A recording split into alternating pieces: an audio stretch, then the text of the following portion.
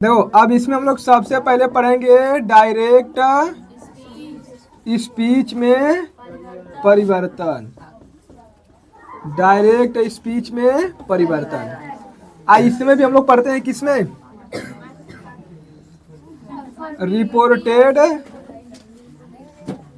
Reported speech में परिवर्तन।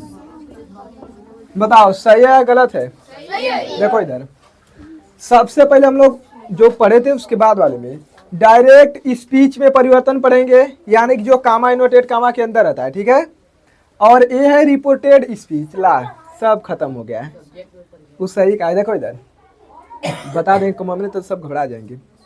Direct speech में परिवर्तन पढ़ेंगे और उसमें हम लोग पहला पढ़ेंगे रिपोर्टेड स्पीच में परिवर्तन।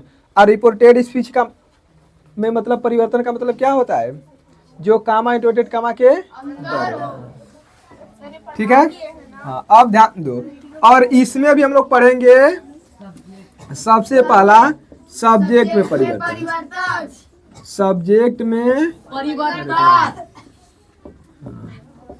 सब्जेक्ट में परिवर्तन, ठीक है। एकदम तुम लोग कहोगे मार साथ दिमाग खराब होता है, कई ठेठेंगे कई में समझना, लेकिन घबराने की बात नहीं है। तो रिपोर्टेड स्पीच में परिवर्तन में हम लोग फर्स्ट पॉइंट लिखेंगे सब्जेक्ट में परिवर्तन। किसमें? सब्जेक्ट में परिवर्तन। तो देखो इसका 3 नियम होता है, ठीक है ना। तो मैं देखो तुम लोगों को तीनों डायरेक्ट में बता दे रहा हूँ ट्रिक से, और जब हम लोग बनाते रहेंगे तो उसमें हम लोग धीरे धीरे सब जान जाएंगे, ठीक है। तो इसका देखो ट्रिक होता है SON, यानी कि सब्जेक्ट में परिवर्तन को हम लोग सन का भी नियम कहते हैं। किसका जी? ये हो जाएगा फर्स्ट, ये हो जाएगा सेकेंड, और ये हो जाएगा थर्ड। अब एक बक्सा में बंद करूँ तो भाग जाएगा। हाँ, और ई दर्शाता है किसको? पर्सन को, मतलब फर्स्ट पर्सन है या सेकेंड पर्सन है या थर्ड पर्सन। और जो ये वाली लाइन है रूल बताती है, क्या बताती है? अब एक बार रूल को बस ध्यान से समझना। देखो मैं लिख नहीं रहा हूँ, ठीक है, बस समझना ध्यान से। देखो इसमें पहला रूल क्या है, को हम लोग उसको डायरेक्ट किस में चेंज कर देंगे? किसके द्वारा चेंज करेंगे? सब्जेक्ट के द्वारा, सब्जेक्ट के द्वारा। लेकिन अब कैसे करेंगे तो हम आगे बताएंगे, ठीक है। और दूसरा में ऑब्जेक्ट के द्वारा, और तीसरा में नो चेंज। देखो तुम लोगों को दिक्कत होगा बस यही पर SON ना, लेकिन थोड़ा सा उदाहरण समझो, पर उदाहरण समझो। जैसे मैं देखो फर्स्ट यहाँ पर उदाहरण लिख रहा हूं कि he said to me you are very गरीब ना।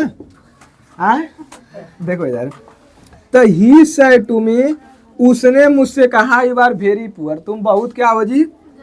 गरीब आदमी हो ना, गरीब बस हो। अब ध्यान दो, तो देखो इसमें देखो फर्स्ट क्या बता रहा है तो हम लोग ध्यान से समझेंगे तब। लेकिन देखो ये सब बात हो रही है किसमें? रिपोर्टेड स्पीच में। किसमें जी? रिपोर्टेड स्पीच, यानी कहीं ना कहीं हम लोग इधर की तरफ बात करें, ठीक है। तो इसमें का जो सब्जेक्ट रहेगा, सबसे पहला रूल देखो यहीं पर है, सब्जेक्ट में परिवर्तन। तो सब्जेक्ट में परिवर्तन क्या होगा? देखो ये कौन पर्सन है? सबसे पहले देखो कौन पर्सन है? सेकेंड पर्सन है। यू कौन पर्सन है? Second person. लोग पीछे पढ़े थे, सेकेंड पर्सन आता है। देखो सेकेंड पर्सन किसके अनुसार बदलता है? ऑब्जेक्ट के अनुसार। लेकिन धांस नहीं धरा, ऑब्जेक्ट से मत बदल देना, ठीक है। दूसरे ऑब्जेक्ट से, यानी कि रिपोर्टिंग स्पीच के ऑब्जेक्ट से बदलेंगे। बताओ अपने घर में कोई कांड कराला? नहीं ना। तो ये अपने घर में कांड करेगा नहीं, ये दूसरे के घर में इधर लाएगा, तो इधर के ऑब्जेक्ट से परिवर्तन होगा। इसमें दूसरा यानी कि बी हो जाएगा टेंस में परिवर्तन। तब टेंस परिवर्तन को ध्यान दो। इसमें जो प्रेजेंट टेंस रहता है, प्रेजेंट टेंस को पूरा का पूरा किस में चेंज कर देंगे? पास्ट टेंस में। इसमें किसी को दिक्कत है?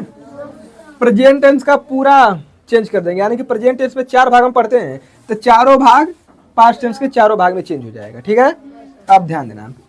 अब यहाँ पर आते हैं पास्ट की, तो past indefinite tense, past indefinite tense अपने से लिख लेना। पास्ट इंडेफिनिट टेंस को किस में चेंज करते हैं? तो पास्ट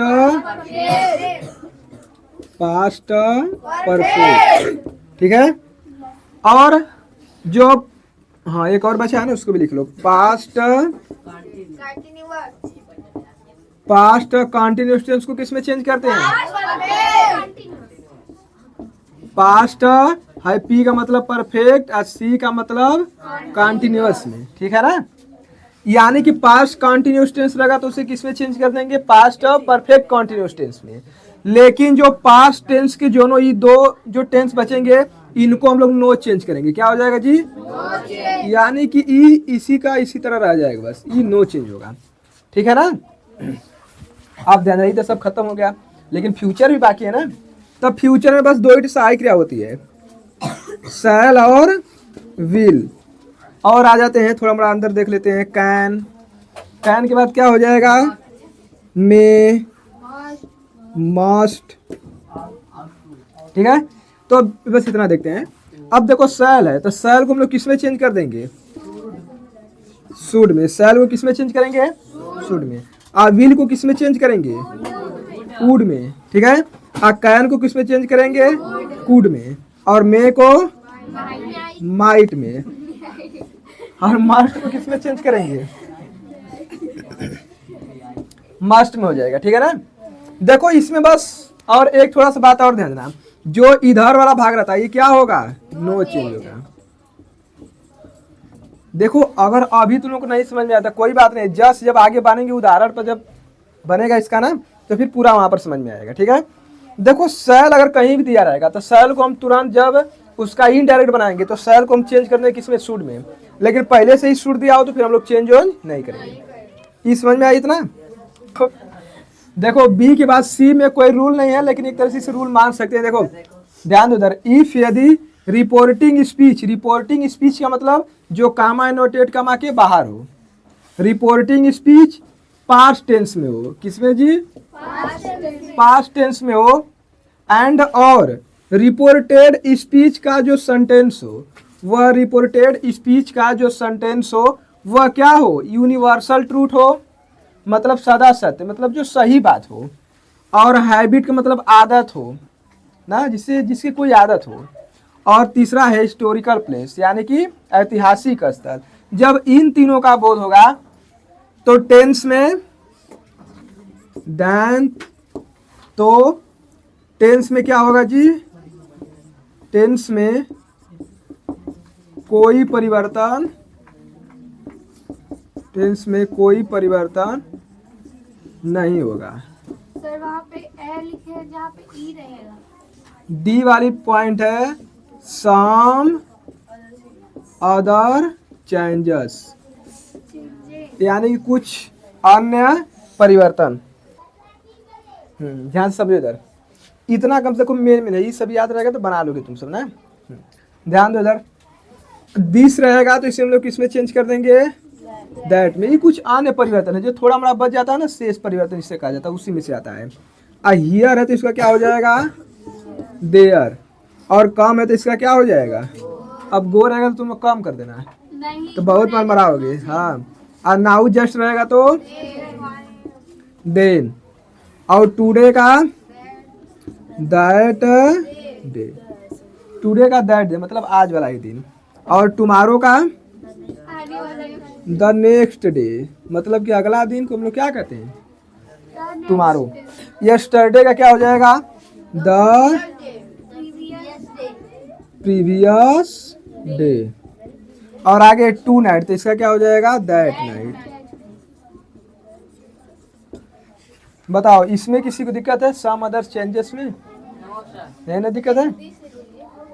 इसमें नोट में है कि इफ यदि दिस वस्तु की ओर, नाउ समय की ओर, और हियर स्थान के लिए ना जब प्रयोग होंगे तो इसमें कोई चेंज नहीं होगा, मतलब कि नो चेंज होगा, ठीक है।